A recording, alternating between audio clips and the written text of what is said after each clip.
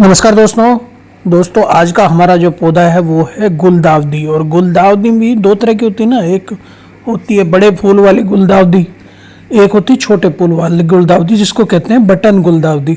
तो आज हम रिपोर्टिंग करने जा रहे हैं बटन गुलदाउदी की। देखिए पॉट ले लीजिए, पॉट में इसकी क्योंकि जड़ें उथली होती हैं तो बहुत बड़े पॉट की ऐसी ज़रूरत नहीं है। आप जो बड़े रखना चाहे बड़े रख लीजिए, ज़्यादा पौधे लगा लीजिए, छोटा रख लीजिए। तो इसके लिए मिट्टी का खास ख्याल रखना है कि मिट्टी इसकी ह्यूमस रिच, जीवांश कार्बन से फर्टाइल होनी चाहिए और वेल ड्रेन होनी चाहिए।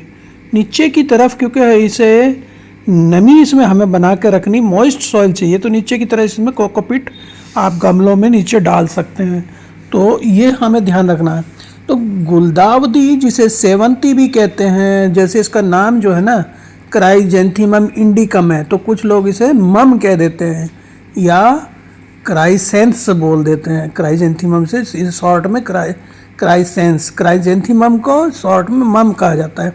एस्ट्रेसी परिवार में क्राइजेंथीमम जो जीनस है ना वो एस्ट्रेसी परिवार के अंतर्गत आता है और इसमें फूल वाले पौधे हैं। एशिया और यूरोप का मूल निवासी है। अनगिनत किस्में हैं इसमें, 12 मासी फूल वाले पौधे हैं, सजावटी पौधे हैं और शरद ऋतु का अत्यंत आकर्षक और लोकप्रिय पुष्प है एक अपना गुलदाउदी। इसे शरद ऋतु की रानी भी कहते हैं। सफ़ेद, लाल, गुलाबी, पीले, क्रीम, हल्के हरे कई रंगों में आते हैं। और नर्सरी से पौधे खरीद लाइए। शुरू में जब आप लगा रहे हैं तो 1-2 दिन तेज़ धूप से बचाना और फिर लेकिन इसको धूप में रखना है। तो और इसका प्रोपेगेशन बीज कटिंग और डिवीजन से हो जाता है। इसको जो छोटे वाले ये बटन मम्स जो होते हैं, बटन जो हमारी गुलदाउदी है, इसमें छोटे और डबल फ्लावर का प्लांट है ये, और ये 18 इंच तक हो जाती है जब अच्छी सिचुएशन मिलती है। बस इसमें 2-3 चीज़ें रखना है। इसे डेली चेक करना है कि इसमें मिट्टी नम है या नहीं। तो आप मिट्टी नम बनाए रखने के मल्चिंग भी कर सकते हैं। 1-2 इंच मोटी आप पत्तियों की, भुस्से की मल्चिंग कर सकते हैं जिससे नमी बनी रहे। तो एक तो ये ध्यान रखना, दूसरा ये भी ध्यान रखना मल्चिंग करने के बाद भूल नहीं जाना, क्योंकि ऊपर से आपको दिखाई नहीं पड़ेगी मिट्टी।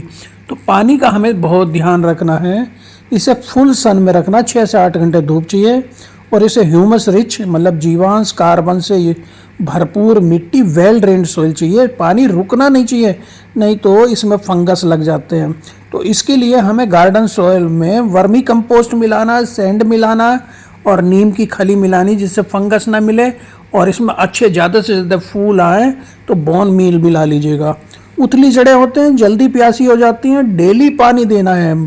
तो और इसकी प्रूनिंग बहुत इम्पोर्टेंट है, प्रूनिंग करते रहें।